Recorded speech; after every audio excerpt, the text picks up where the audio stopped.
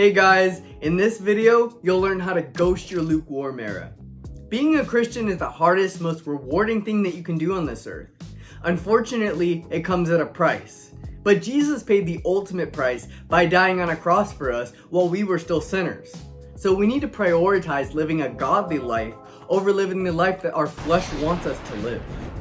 These are hard truths, but they're necessary. And if you love God with all your heart, then you'll want to do what is good and pleasing to Him. This isn't to say that you'll never mess up, but as long as you rise and repent, it's that heart posture that God cares about.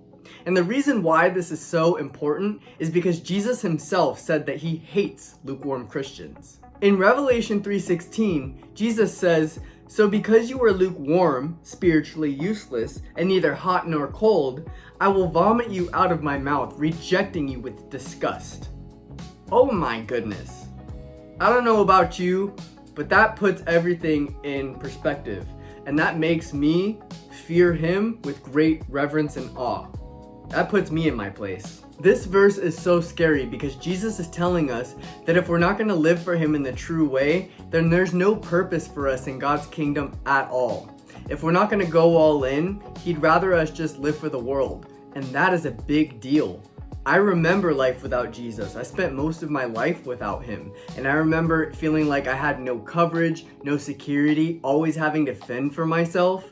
But if you just trust in Jesus and fully surrender your life to Him, then you'll be covered and you'll lack nothing. He'll supply you with all your needs. Here are 5 things you need to give up in order to ghost your lukewarm era. Number 1, living for the world. The world is selfish. The world says, live for yourself. Jesus says, live selflessly.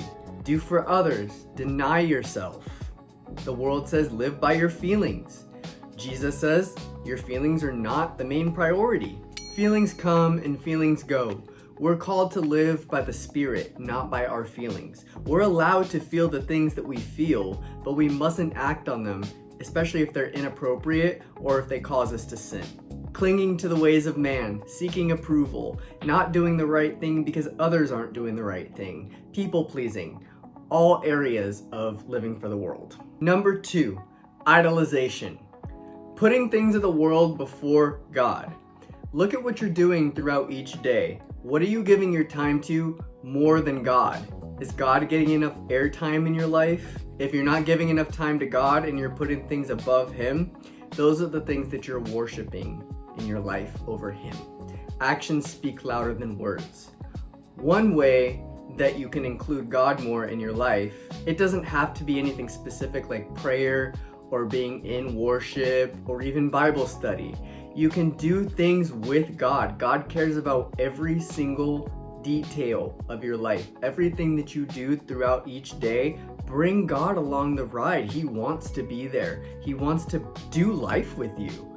And so if you have a jam-packed schedule and that's just how it is in this season of your life and you only have time for like maybe 5 or 10 minutes of prayer, then bring God throughout your day. Pray through the day. Pray your way through the day. I do that all the time. So include God more throughout your day. If you're one that maybe doesn't have enough time to pray, then pray about more time with God. God will change your desires. He'll change your heart.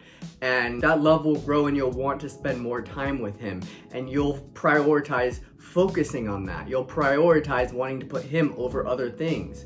You're the one who creates your schedule, so you have to put God first in your life. That's where He belongs. That's His place. Put God in His place. Number 3, going with the flow, aka being mediocre. Copying the ways of the world, doing things that are not technically wrong, but knowing full well that you could be going above and beyond to do your part to help make the world a better place. A few examples of this would be putting your shopping cart back where it belongs instead of leaving it for the shopping cart attendant to take care of in the middle of the parking lot. Putting your food back if you get something in the grocery store that you decide you don't want anymore, even if that means you have to go all the way back to the other side of the store. Picking up a piece of trash that you see near a garbage, because if you don't pick it up, someone else will. Saying thank you to someone who has a lesser job than you do. People who have lesser jobs hardly get the thanks that they deserve, which I'm sure does wonders for their self-esteem. We're called to live with excellence and set standards. Ask yourselves, would Jesus have put his shopping cart back? Yes, he would have. Would he have put the food back even if he had to go all the way on the other side? Yes, he would have. Would he have said thank you to the person of a lesser job? Absolutely, this man got on his knees and washed people's feet.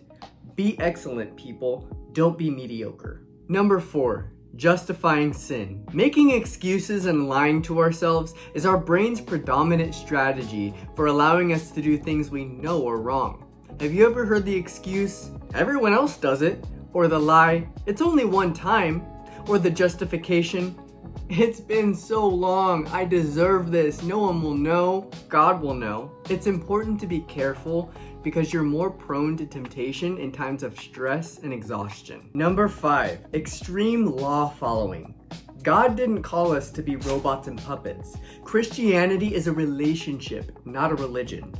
He wants you to go to church and be in his word and spend time with him, but not if it feels like an obligation. If you're going to church on Sunday and then living like the world Monday through Saturday, that is the absolute worst thing that you could possibly do as a Christian. We're called to be ambassadors. We are ambassadors of Jesus Christ. How are we supposed to advance the kingdom if we're going to church on Sunday and then going out in the rest of our daily lives living like every other Tom, Dick, and Harry? We can't. We have to set standards. We have to do the hard things as Christians. If you follow the main 2 laws, everything will fall into place. Love the Lord your God with all your heart, mind, soul, and strength, and love your neighbor as yourself. I don't know about you, but because of those things, I don't want to go out and lie and steal and cheat and disobey the rest of the commandments. I want to do what is good and pleasing to the Lord. So be patient and steadfast and don't give up, and God will eventually change your desires over time, and you'll want to spend more time with him and be in his word and do everything that is good and pleasing to him. And that, my good saints, is how you ghost your lukewarm era. Let me know in the comments of things that you've left behind on your Christian walk and or things that you're working on leaving behind. Thank you so much for watching. Feel free to like and subscribe, and I'll see you in the next video.